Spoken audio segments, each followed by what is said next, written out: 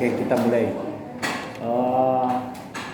Yang selama ini kita mata kuliah semua lewat grup kan? Grup kita daring. Hari ini kita sudah mulai, minggu lalu kita sudah mulai tatap muka. Tapi kita awali dengan mid test.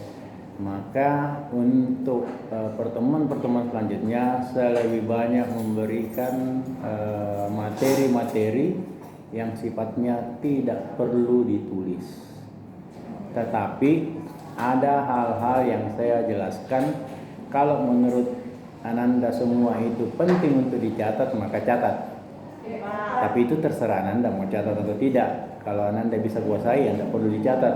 Kalau perlu dicatat ya, kalau menurut Ananda bahwa ini penting, ini maka dicatat. Jadi saya tidak pernah memaksakan untuk selalu menulis itu materi.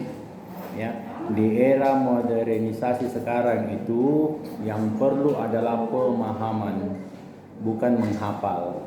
Kalau materi kuliah saya berikan sifatnya dihafal, mungkin hari ini Ananda hafal, sebentar keluar kumpul-kumpul cerita bergaul dilupa lagi.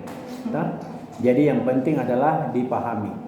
Nah sekarang persoalan mata kuliah etika bisnis. Saya kira Anda semua sudah ada materi-materi yang saya kirimkan di grup pada saat itu kan. Nah sekarang sisa penjelasannya bagaimana mengaplikasikan.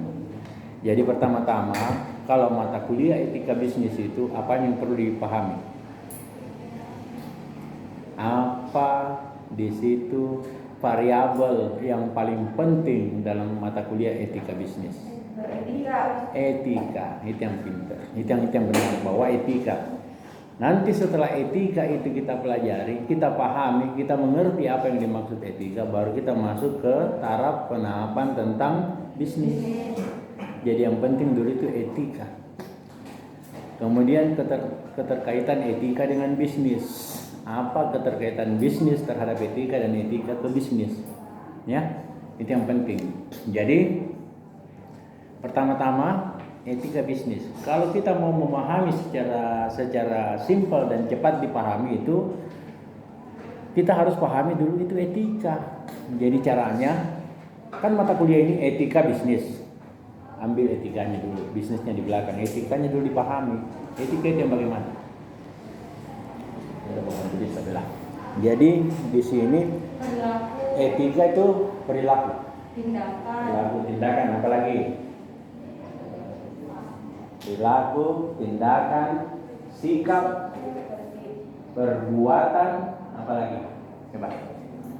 Banyak hal yang menyangkut etika. Moral, apalagi pelayanan. Itu semua etika. Jadi semua bentuk perbuatan itu adalah etika. Ya, bisa dipahami etika. Nah sekarang keterkaitan etika dengan bisnis itu apa? Apa keterkaitan etika dengan bisnis? Kan etika bisnis di dunia mata kuliah. Jadi kita sudah beretika. Bisnis itu apa? Coba jelaskan anak. Bisnis itu apa? Siapa yang tahu bisnis? Bisnis itu adalah sesuatu yang dilakukan dalam hal persoalan seperti jual beli apa dan sebagainya yang punya tujuan. Tujuannya apa? Kalau orang berbisnis tujuannya apa? Mencari laba, keuntungan atau sama dengan profit. Nah, sekarang dalam bisnis yang dilakukan itu berapa orang? Bisnis itu bisa individu, kelompok, grup, dan pasar. Ya. Jadi bisnis itu bisa dilakukan 2 orang. Antara pihak penjual dan pembeli. Kita masuk ke sirkulasi dagang, pasar. Dagang itu kan sama dengan berbisnis. Tujuannya untuk mencari profit dan laba. Itu bisa dilakukan antara 1 dengan 2 orang. Tetapi kalau sudah banyak, lebih dari 2 orang, itu namanya apa? Kelompok atau grup. Tetapi kalau dia sifatnya umum untuk seluruh banyak orang, itu apa? pasar. Nah sekarang, pasar itu kategorinya bisnis atau bukan? Bisnis. Kenapa bisnis? Karena dalam pasar terjadi jual beli. Jadi pasar itu masuk dalam kategori bisnis. Nah sekarang, apakah bisnis masuk dalam kategori pasar? Tidak. Bisnis tidak termasuk dalam kategori pasar. Bisnisnya yang pekerjaannya yang masuk dalam kategori pasar, tetapi perilakunya itu tidak masuk dalam kategori pasar, sebab bisnis bisa dilakukan antara dua orang saja, sedangkan di pasar itu banyak orang. Jadi pasar sudah pasti bisnis, bisnis belum tentu pasar. Bisa dipahami tak? Nah sekarang kita melonjak ke persoalan berikutnya. Persoalan bisnis keterkaitannya di etika. Kenapa etika sangat penting dalam bisnis? Kenapa etika sangat penting dalam bisnis? Sebab etika adalah perbuatan atau sikap yang dapat menunjang atau meningkatkan atau memberikan kepercayaan kepada pihak lawan. Dalam artian begini, kalau di pasar dia konsumen, kalau di kelompok dia grup pembeli, kalau berdua lawan bisnis kita. Jadi perlunya etika itu bisa meningkatkan kepercayaan dan sebagainya. Kenapa kalau dikatakan, Pak, kenapa dalam bisnis percayaan perlu ditingkatkan? Ya iyalah, sudah pasti. Masa hari ini saya jual handphone, laku saya punya handphone.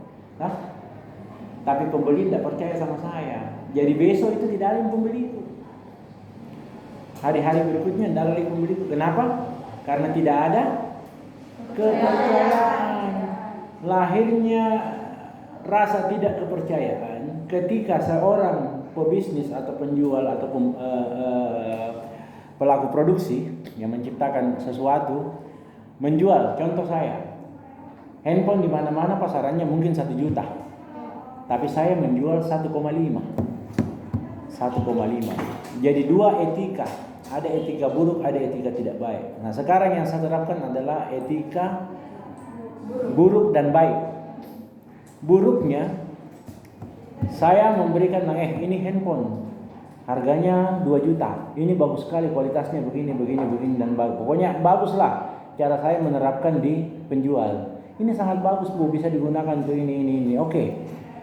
Etika buruknya di mana? Saya telah membohongi penjual dengan mengatakan 2 juta. Etika baiknya di mana? Saya mampu mempengaruhi penjual, pembeli. Nah, saya mampu mempengaruhi, artinya dia sampai berminat untuk membeli. Tetapi ini tidak panjang prosesnya. Ketika transaksi sudah terjadi antara saya dengan si pembeli beli ini 2 juta. Setelah membeli, dia keluar menggunakan ini HP apa dan sebagainya. Ceritalah sama kelompok-kelompok lain, teman-temannya, teman pergaulannya bahwa HP ini saya beli di tempatnya Pak Mahyus. Harganya 2 juta. Sangat bagus begini. Si B berkata, berapa? 2 juta. Ini HP saya yang tidak ada bedanya dengan HPmu, cuma 1 juta dibeli. Saya beli. Dia tanya di mana? Di Sentral. Nah sekarang pertanyaannya, apa yang telah saya lakukan terhadap penjual? Penipuan karakter dan penipuan etika. Artinya begini, saya mengurangi kepercayaan saya kepada orang lain untuk melakukan transaksi bisnis. Karena saya sudah membuat citra tidak baik di konsumen. Artinya begini, yang seharusnya saya jual 1 juta, saya jual 2 juta. Itulah yang membuat konsumen tidak berminat lagi ke saya. Maka itu istilahnya orang bahwa untuk apa kita untung segunung kalau habisnya cuma sehari. Mending kita untung kecil tapi habisnya lama, dalam jangka waktu yang lama. Sekarang saya untung banyak 1 juta, tapi tidak ada lagi pembeli. Jadi itu untungku itu kemakan itu hari 2 hari habis nih. Nggak untung-untung makan lagi, tapi yang untung cuma 100.000 per hari. Tapi karena adanya sikap kepercayaan kepada toko tersebut, maka hari-hari banyak pembeli. Ada terus untungnya. Itulah yang diartikan dengan sedikit demi sedikit menjadi bukit, jadi panjang. Contoh di persoalan bisnis keuangan, ada namanya bisnis kredit, ada namanya bisnis rentenir. Bisnis kredit itu di bank-bank di mana-mana, Ananda kalau masuk ke bank itu ada kredit sekian persen bunganya. Di rentenir tidak ada bilang sekian persen bunganya. Kesepakatan saja. Rentenir saya mau pinjam uangmu 10 juta. Sekarang rentenir bilang ke saya, oke, kamu mau kembalikan 20 juta. Karena saya kepepet dan saya butuh uang, saya iakan. Padahal saya tidak mampu membayar 20 juta sebenarnya. Akhirnya saya dikejar-kejar rentenir. Tapi kalau pihak bank, dia memberikan persen, penawaran persen. Berapa persen bunganya kau mampu bayar per bulan? Misalkan bank tetapkan 5%. 5% memang bunganya, tetapi ada range waktu yang diberikan kepada kita. Mampu membayar selama 2 tahun, 3 tahun, atau 5 tahun. Memang 5%, tetapi ada range waktunya. Misalkan dia kalau kita 2 tahun pinjaman 10 juta, mungkin kita bayar tiap bulan 2 juta. Tetapi kalau ambil 3 tahun cuma bayar 1,7, ambil 4 tahun cuma bayar 1 juta. Sisa memilih kemampuanmu membayar per bulan di mana. Apakah di 2 juta, 1,7 atau 1 juta. Kalau kita merasa ringan di 1 juta, oke, diuntungkan ke kita. Keuntungannya ke kita sebagai pengambil kredit, itu 1 juta dibayar, 1 juta tiap bulan dibayar. Keuntungannya buat bank range-nya lama. Jadi banyak ada bank diuntungkan di proses bunganya, sedangkan kita diuntungkan di proses pembayarannya. Walaupun sebenarnya hitung-hitungnya secara matematika kita dirugikan. Kenapa? Pinjam 10 juta sebenarnya dia kembali 15 juta kalau kita mau hitung kasarnya. Kembalinya 15 juta. Padahal itu kalau per bulan 1 juta mungkin 10 bulan lunas nih. Tapi karena ada bunga itulah yang membengkak. Cuman keuntungannya kita diberi pilihan pembayaran berapa yang kita mampu. Kalau pembayarannya juga bisa tonji 500.000 per bulan, tapi mungkin 20 tahun baru lunas. Nah, jadi begitu. Jadi itulah konsep bisnis yang sebenarnya Nanda. Dan keterkaitan bisnis dengan etika itu sangat-sangat kuat. Kapan Anda tidak mampu beretika dengan baik, yakinlah bahwa bisnismu akan hancur dan mungkin umurnya cuma seumur jagung. Jadi bisnis itu butuh kepercayaan, butuh etika yang baik, butuh komitmen yang baik, butuh artinya pemahaman yang baik kepada konsumen, mampu memberikan sesuatu yang memuaskan konsumen. Itulah yang disebut dengan etika. Contoh yang kedua, bagaimana yang dikatakan etika yang tidak baik. Sekarang, misalkan Ananda semua ini pedagang, ya. Ambillah contoh, kamu pedagang sarung sutra. Datanglah saya, Bu, berapa sarung sutrata ini harganya? Kita bilang, namanya pedagang pasti menawarkan harga yang lebih tinggi daripada pokoknya. Ini harganya 500.000 Pak. Terus saya nawar, tidak bisa 300.000 Bu. Tapi karena si pedagang ini yang menjual sarungnya mau juga untung banyak, yang tadinya cuma modalnya 250.000, dia mau untung 50.000, dia bilang tidak bisa. Di mana kau dapat sarung sutra 300.000? Saya bilang saya kan menawar Bu, bisa ke 300.000. Penjualnya lagi bilang ke sana nih, cari penjual lain, tidak usah di sini. Cuma ke sana penjual lain 300.000. Itu namanya etika yang tidak baik. Sebagai pebisnis yang handal, pebisnis yang hebat, selalu mampu meyakinkan penjualnya, bukan dengan etika yang tidak baik, tetapi dengan etika yang baik.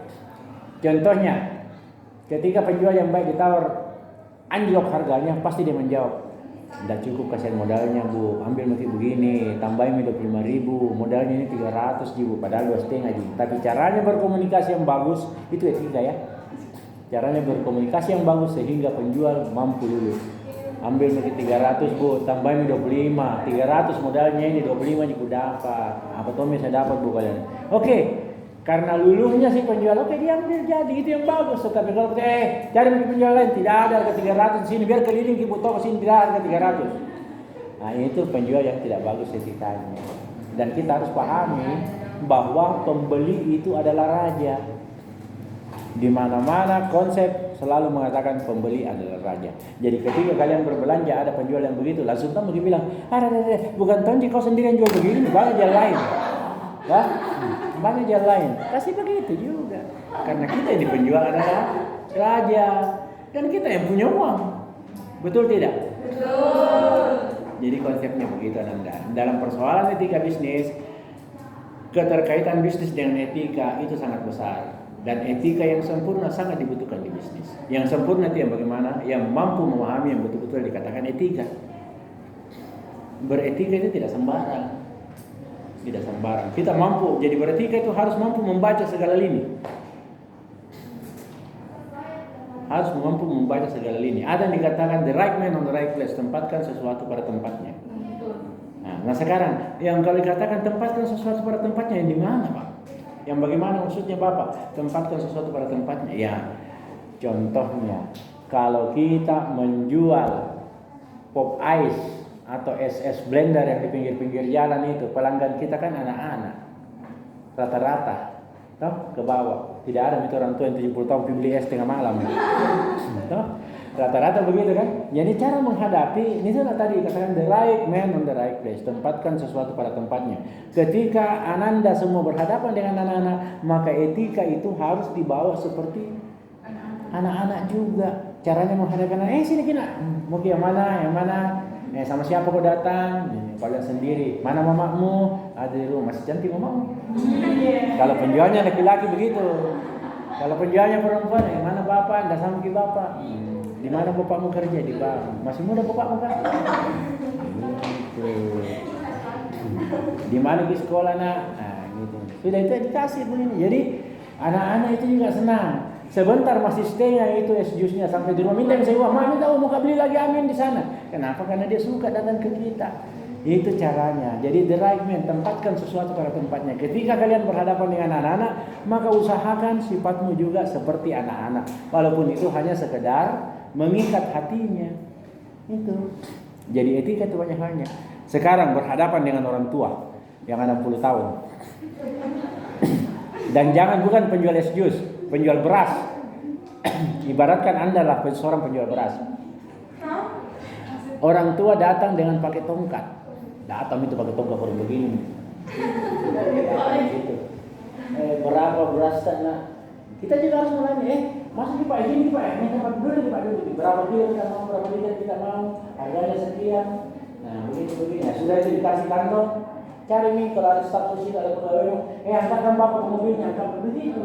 Jangan karena dia sudah pakai tiongkok begini, kau kasih lagi beras dulu. Ayo bisa tuh jualan apa belinya mati di sini, kalau kau kasih kembali lagi.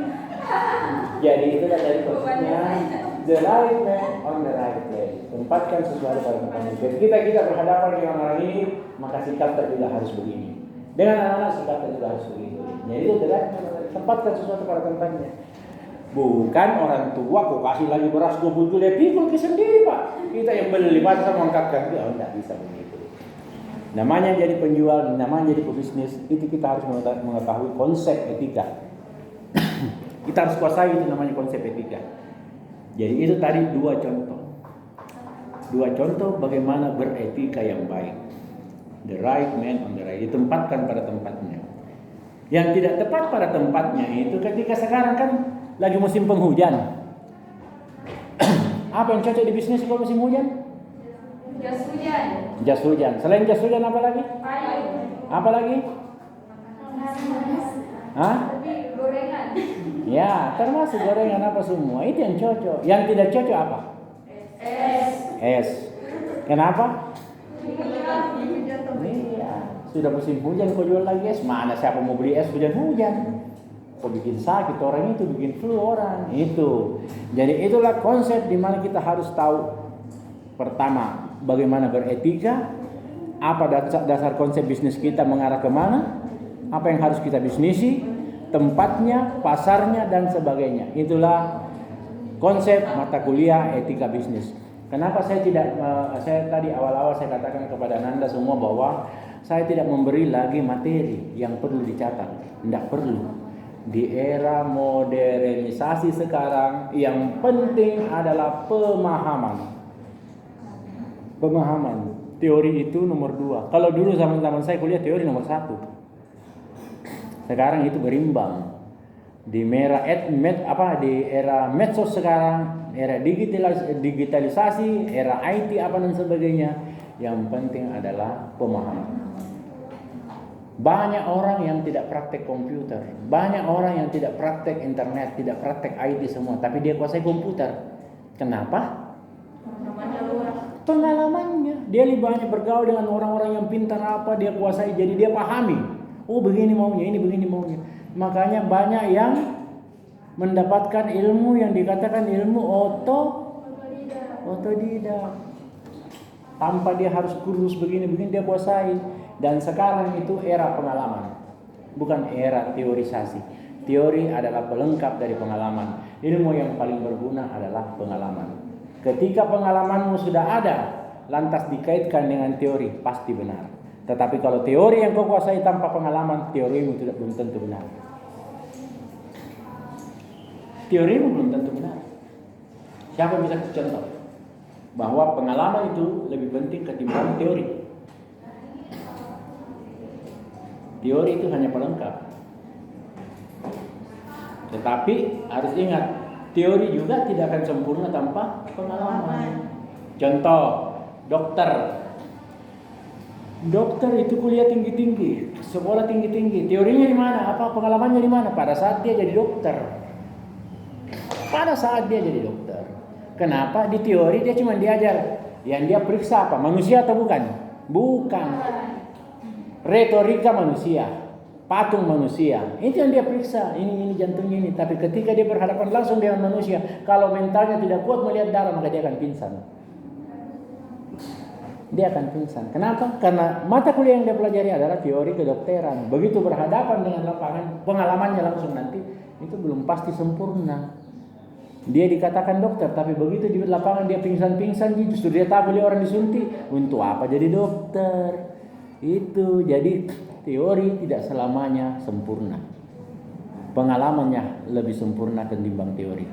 Contoh, ada orang kuliah di teknik mesin, kerjanya mempelajari mesin mobil dan sebagainya. Begitu turun ke bengkel lebih jago itu anak STM ketimbang dia.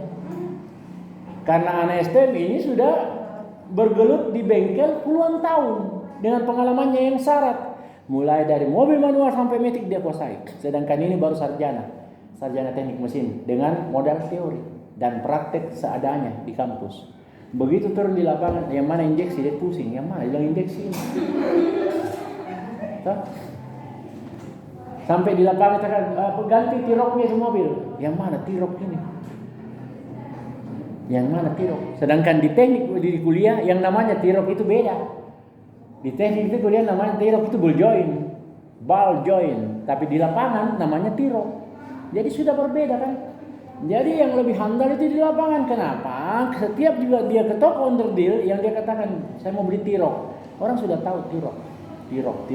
Tetapi yang lepasan teknik ini sarjana nih, dia tidak tahu tirok apa. Yang dia tahu ball joint. Sedangkan orang lapangan ball joint dengan tirok dia tahu. Kalau ditanya tirok dia bilang ganti ball jointnya ini Pak. Oh iya tahu tirok, yang tiroknya ini Pak. Sama di ball joint dengan tirok itu sama, hanya nama yang beda. Kan? Nama yang beda. Jadi di situlah konsepnya bahwa teori tidak akan sempurna tanpa pengalaman. Jadi pengalaman adalah ilmu yang paling sempurna. Pengalaman adalah ilmu yang paling sempurna.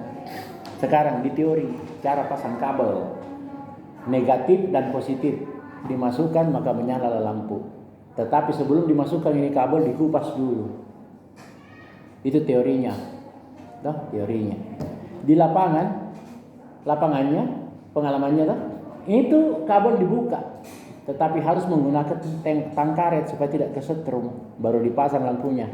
Baru dibaut kembali kasih menyala. Tetapi karena dia hanya berdasarkan teori, dikupaslah kabel dua-dua tanpa menggunakan tang, dia pegang juga sih terstrum nih. Jadi disitulah bedanya teori dengan pengalaman. Yang di lapangan jauh lebih cerdas ketimbang teori. Jadi teori harus diaplikasikan ke pengalaman. Jadi dasarnya adalah orang lapangan itu sebenarnya jauh lebih cerdas ketimbang kita. Cuman bodohnya, ada bodohnya orang lapangan. Bodohnya kasihan karena mereka memang tidak paham. Oh, coba kau ke bengkel beli namanya T-Rock stabilizer, atau Pito di bengkel beli namanya ball joint stabilizer yang pegang stabilizer ban mobil. Oke, pergi minta disuruh itu kan bengkel ada ball joint begini tanah apa dibilang ball joint T-Rock dia ada di sini. Di situ padahal itu tonji. Jadi itu pengalaman orang lapangan itu hanya mau dikasih kodong itu pelengkap kata-kata. Karena dia mungkin karena di bengkel terus tidak ikuti perkembangan, dia tidak tahu apa namanya itu medsos. Kalau dia bilang ada di handphone itu ya cari kau di medsos. Di mana apa dia bilang medsos? Padahal ada handphonenya. Nah, itulah yang orang-orang ketinggalan dengan teori. Jadi teori dengan pengalaman harus tetap combine. Jadi itulah tadi konsep etika bisnis. Beretika ada tempatnya, berbisnis juga ada tempatnya. Jadi cuman etika dan bisnis itu harus satu. Anda mau berbisnis harus Anda punya etika.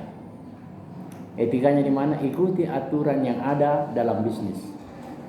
Jangan karena Anda kuasai bisnis biar ganja kamu bisnisi juga, jual beli ganja. Itu tidak sesuai dengan etika kan? Mentang-mentang kalau dia ada bir dijual di toko-toko apa semua bilang, itu minuman keras bisa jadi jual di kenapa saya tidak jual ballo apa dan sebagainya? Oh salah. Semacam minuman seperti bir itu ada aturan pemerintah yang menetapkan bahwa kategori alkohol tingkat ini bisa dijual. Dia diakui oleh Departemen Kesehatan. Sedangkan ballo tidak ada case-nya.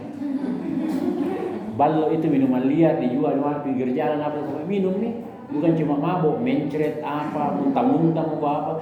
Tapi kalau bir kau minum mungkin kau cuma mabuk dan ke bawah tidur, tidak sampai mencret apa dan sebagainya. Kenapa? Dia ada case-nya. Aturan Departemen Kesehatan bahwa bisa diminum kalangan umur sekian sampai sekian dengan kadar alkohol sekian. Tetapi kalau ballo tidak ditahu berapa alkoholnya, bersih tidak, turun dari pohon langsung begitu dicampur di kapur apa dan sebagainya, minuman lokal tidak diakui pemerintah. Karena dibilangnya saya memabukkan anak muda tapi minum ballo. Dia tidak tahu di ballo itu ada tomi cacing-cacingnya, ada virusnya. Itu kan dari pohon inau apa dan sebagainya dibuat tanpa disaring. Pohon inau itu banyak tumbuh di rawa-rawa, bibit-bibit cacing juga banyak di situ. Minum mau ke ballo, mau tumbuh kok. Begitu kau sadar cacingan kau lagi. Sudah keluar cacingan sakit perut kau lagi. Kenapa? Karena tidak disterilisasi di minuman. Beda minuman seperti bir yang dijual di toko itu melalui proses pemerintah.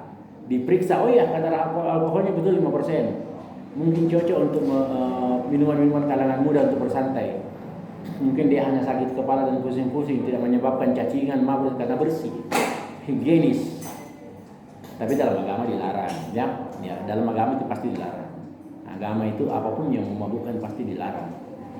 Karena di agama itu pernah ada yang bertanya sama saya, kakek tahun berapa itu? 2004 kah? Pada saat itu saya jadi supervisi. Ada mahasiswa yang bertanya sama saya kan saya ceramah, dia bilang, Pak, kenapa diharamkan itu minuman kamar? Saya bilang pasti diharam, karena memabukkan.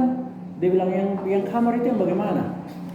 Saya bilang yang memabukkan, ya namanya memabukkan itu pasti haram. Dia jawab, Pak, di zaman Nabi itu ayat keluar bahwa yang diharamkan adalah minuman kamar. Tapi pada saat zaman Nabi yang kamar itu cuma ada ballo apa dan sebagainya, belum ada bir. Belum ada whisky dan sebagainya. Era sekarang tidak ada whisky dan ballo. Jadi yang haram itu sebenarnya ballo, japa dan sebagainya. Bir itu tidak haram. Jadi saya tanya, kau belajar dari mana? Sampai kau katakan itu yang haram cuma ballo, jika zaman Nabi itu yang ada tua apa dan sebagainya tuh, nipa, belum ada minuman beralkohol yang kayak bir dan sebagainya.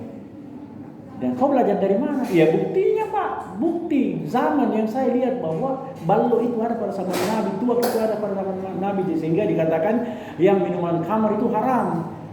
Jadi kalau orang minum bir sekarang itu Pak, whisky apa enggak haram, karena bukan ballo itu. Jadi saya tanya, di mana kesimpulan otakmu? Kalau kamu mau mengkategorikan haram dan tidaknya, lihat dulu bir dibuat dari mana, bahannya apa, dan ballo itu bahannya apa. Dia bilang ballo itu susu fermentasi Pak. Susu fermentasi dari mana nenek moyang? Nah ballo itu pada zaman Nabi itu yang ada pohon-pohon apa, talak, nipa dan sebagainya. Airnya itulah yang buat menjadi minuman kamar dengan cara disuling.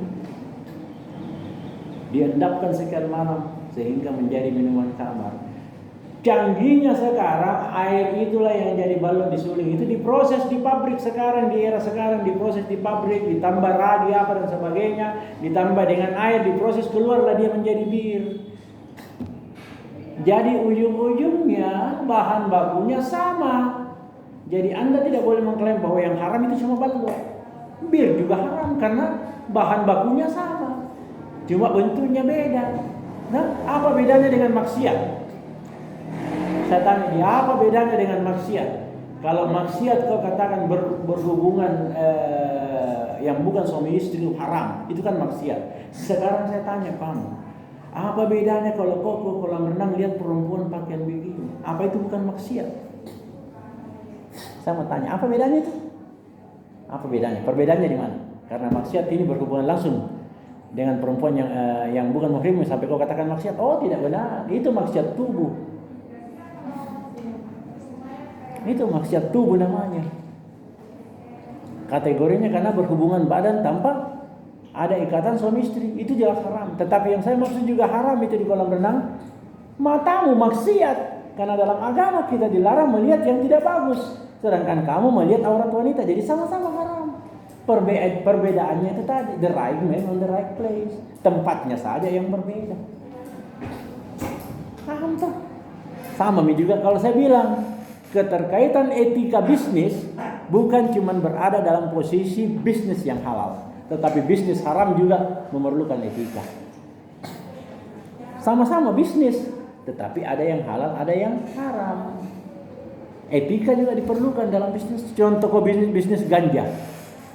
Bagaimana caranya orang bisa beli itu ganja? Nah, itu bisnis haram. Pasti ada etikamu. Bagaimana tekniknya? Kalian akan cari pasar-pasar, kalian akan cari orang-orang yang memang pecandu ganja untuk memasarkan ganja. Tidak mungkin remaja masjid yang kerjanya sembahyang mengaji kok ditawarkan ganja. Nah, itulah tadi dikatakan the right man on the right place. Tempatkan sesuatu pada tempatnya. Menjual bakso di musim hujan cepat tidak dapat untung ketimbang menjual es teler. Nah, nanti saya akan ajar kamu bagaimana teori bisnis, bagaimana teori beretika. Bisnis yang tepat itu selalu bisa menempatkan sesuatu pada posisi yang tepat. Contoh, tahu Atiraja, penjual bakso Atiraja, tahu? Itu kan elit tahu? Tahu Imim? Ada penjual bakso depan Imim itu di gerobak-gerobak, itu laku sekali kan? Kenapa lebih laku itu ketimbang Atiraja? Dan rasa jauh lebih bagus di Atiraja ketimbang itu. Kenapa? Pertama dari segi harga. Kedua, hampir sama jenaknya dengan Atiraja. Hanya persoalan tempat yang membedakan. Itu. Jadi cenderung orang bilang, lebih di sini. Di Bakso Boy begini lebih murah, lebih enak, lebih ramai, banyak juga cewek-cewek kumpul. Di Atiraja sayang mata sipit, di orang Cina. Nah, itu. Jadi itu semua merupakan daya tarik, atau simpel-simpelnya orang katakan bahwa etika daya tarik kita membuat bisnis kita lebih laku. Yang kedua, persoalan tempat. Persoalan tempat. Sekarang di Atiraja itu ada got besar di depan. Baru dibikin jembatan naik tau? Ke Atiraja. Terus penjual bakso gerobak ini di pinggir lapangan Hasanuddin. Kenapa lebih laku gerobak ketimbang Atiraja yang elit tempatnya? Kenapa lebih laku? Nah, kalau mau dikatakan ini gerobak di pinggir lapangan, ada dua hal yang perlu kita perhatikan di persoalan tempat. Pertama, Atiraja ini ruangannya besar, toh? Bagus. Di depannya itu got besar. Airnya tidak pernah mengalir 10 tahun. Begitu kau makan bakso, naik bau got. Kan tidak enak tuh dirasa makan, ada bau got dan sebagainya. Mending kita di pinggir lapangan, tidak ada got di situ. Biar di gerobak di pinggir jalan, tapi asal terus, Nabi mau ditambah terus. Karena angin kencang, suasananya luas kelihatan walaupun cuma di gerobak, tapi pelayanannya bagus. Ketimbang di Atiraja, bau gotnya masuk, apa dan sebagainya. Biar mahal, biar enak, kan tidak enak. Jadi persoalan tempat. Bisnis juga kita harus perhitungkan yang namanya tempat. Nah, iya, bisnis saya tempat. Pas lo enaknya tuh bakso jangan di situ, tapi di atas got kita kasih gerobaknya siapa mau makan di situ. Makan tom begitu, bau got naik juga bau. Nyaman nah. Jadi itu persoalan tempat juga menentukan Anda. Jadi pandai-pandailah melihat sesuatu. Pandai-pandailah beretika, pandai-pandailah melihat sesuatu untuk menjadikan suatu konsep etika bisnis itu lebih maju ke depan. Ya. Nah, sekarang saya bercerita materi mata kuliah di sini. Saya kembalikan kepada Anda. Mana lebih enak Anda mendengarkan saya menjelaskan begini ketimbang duduk mencatat. Menjelaskan lebih enak dipahami, mengerti tak? Kalau kalian tulis saya jelaskan etika bisnis adalah begini. Pelajari di rumah pasti gue bilang etika bisnis begini. Dibacanya saja, tapi tidak tahu apa maksudnya. Nah, jadi sebenarnya konsep saya mengajar itu lebih penting yang namanya penjelasan untuk dipahami ketimbang menulis untuk dihafal. Contoh kecil, mengaji. Kalau kau hafal ini hari, 3-4 hari kau tidak mengaji, kau lupa hafalanmu. Tetapi kalau kau pahami tentang arti kata-kata dalam Al-Quran itu, kau tahu mat, kau tahu huruf, kau tahu ini, biar kapanpun dibuka pasti kau tahu, oh ini ba. Matnya di bawah satu garis berarti bacanya bi. Gitu. Ini shin. Bacanya apa semua ketika disambung semua menjadi Bismillahirrahmanirrahim. Matnya satu mat, ini 2 mat, panjangnya sekian. Kita tahu itu namanya dipahami. Tapi kalau dihafal saja, hafal ki Bismillahirrahmanirrahim. Begitu disuruh tanya, baca dengan mat selengkap-lengkapnya. Kau cuma bilang Bismillahirrahmanirrahim. Padahal sebenarnya itu lain bacaannya. Ketika kita ikuti mat yang sebenarnya dipahami, maka bacanya juga lain. Coba baca sesuai matnya. Bismillahirrahmanirrahim. Karena ada mat panjang di terakhir itu. Tetapi kalau cuma hafal, pasti kau bilang Bismillahirrahmanirrahim. Karena kamu tidak tahu matnya. Jadi di situ perbedaannya dihafal dengan dipahami Anda. Oke? Jadi semoga materi-materi selanjutnya kita ketemu dalam metode seperti ini. Saya paham Ananda sekalian ada namanya kalau pertemuan begini ada namanya kejenuhan. Kejenuhan itu saat dulu memegang materi apa dan sebagainya, itu pasti kalian jenuh. Apalagi dalam kondisi ruangan yang tidak kondusif karena AC-nya tidak jalan dan sebagainya. Nah sekarang kalau ada yang mau bertanyakan silakan. Saya kasih waktu 3 menit. Kalau tidak ada saya tutup. Ada yang mau bertanya? Semester 5 ini Pak? Iya Pak. Kalau tidak ada yang mau bertanya, saya mau bertanya. Ada yang paham tentang URL di sini? URL, pengisian melalui internet. Pengisian URL seperti membuka HTTP, www ini biasa buka? Biasa di Google? Oke. Ada itu pertanyaan tapi dia punya token. Ada tokennya di program sisternya UIM. Nanti saya kasih yang mau mengisi itu presepsional dosen. Ini kan mata kuliah etika bisnis, saya dosenmu. Tapi yang menilai itu adalah kalian, bukan saya. Tentang diri saya ya. Yang menilai itu kalian. Jadi kalau saya mau membuat sesuatu yang bukan di jalan saya, gampang saja. Kalian kan ada namanya sama saya semua, ada NIDN-nya. Bisa saya buka sendiri dan saya isi sendiri. Bagaimana metode mengajarnya Pak Mahyus? Sangat baik. Bagaimana kehadiran Pak Mahyus? Sangat baik. Kalau saya mau isi sendiri tapi itu tidak jujur. Makanya saya sampaikan ke Anda semua, siapa yang bersedia mengisi persepsional diri tentang saya kasih linknya ini karena ada memang ada ininya, ada tokennya. Maksudnya Pak, dikatakan bisa isi yang mau mewakili etika bisnis minimal 2 orang yang mau mewakili. Kalau tidak mau ke semua, berarti kalian setuju kalau persepsional diri dan model mengajar saya itu sangat baik semua. Karena pasti saya isi sendiri sangat baik. Itu tidak jujur buat saya. Karena yang berhak menilai itu adalah kalian. Tanpa kalian tidak ada saya. Tanpa saya tidak ada kalian. Ada yang berminat 2 orang mau mengisi itu. Kalau mau saya kasih anunya, boleh. Sini.